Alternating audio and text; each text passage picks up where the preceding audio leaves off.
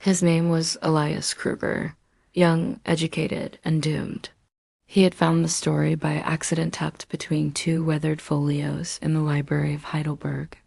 A passing footnote, Margarethe of Wolflingen, executed in 1631, charges unspecified. Cats mentioned, that was all. But for Elias, it was enough. He had always been drawn to the discarded, the unexplained. His thesis was to be titled The Epistemology of the Supernatural in Pre-Enlightened Courts. The journey to Wolflingen was supposed to take 4 days, but now it had a new title, whispered into his dreams, The One Who Burned but Never Died. On the 5th night, he awoke to find paw prints on his blanket damp, though it hadn't rained. He left the university without permission, packed little, only ink, paper, and a worn copy of St. Augustine. It took 7. Roads bent, weather misbehaved.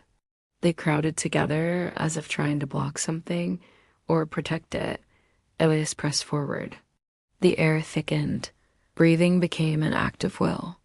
Then at last, the first stone. When he arrived, there was no signpost. No gate, just trees.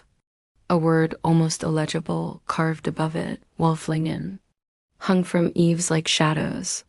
They watched him, not with curiosity, but with memory, as though they recognized him, as though they'd been waiting, dead trees. Twisted, gnarled bark peeling like scabbed skin, in the center a single paw print, larger than it should have been, wrong in shape and weight. A wall, a ruin. He did not expect what he found. The village still stood. She reached for him, not in malice, but in mourning. But it did not move. Houses slouched, roofs sagged, yet none had fallen. Doors remained shut. Windows stared like blind eyes. And the cats. Past the church, whose bell no longer rang. Into the woods behind the village. There he found it. They were everywhere. They lined the fences, sat atop gravestones. Elias found the square. The pyre was gone, but the circle remained. Burnt into the cobblestone, blackened and precise. Made not of stone or timber, but of fir, bone, and ash. The door opened for him. Inside, candles burned without flame. The walls whispered. On the table, rosemary, milk.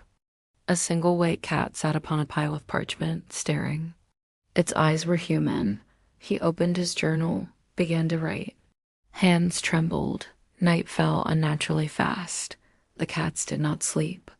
They followed him, not close, but always present, in corners.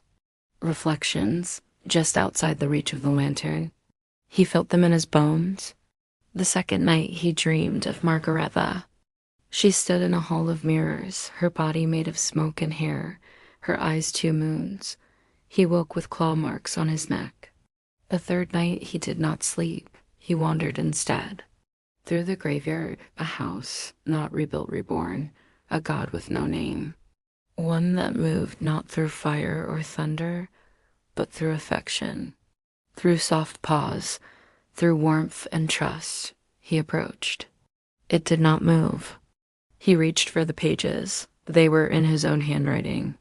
Pages he had never written, describing thoughts he had never thought, about Margarethe, about her pact, about the truth, that she had not called the cats, she had answered them, that the cats were not creatures.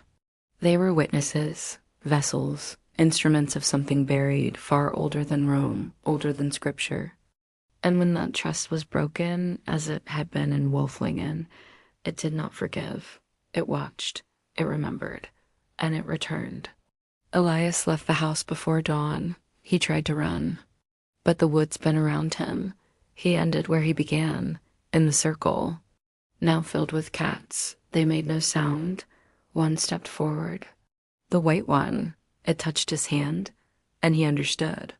He would not die. Not yet.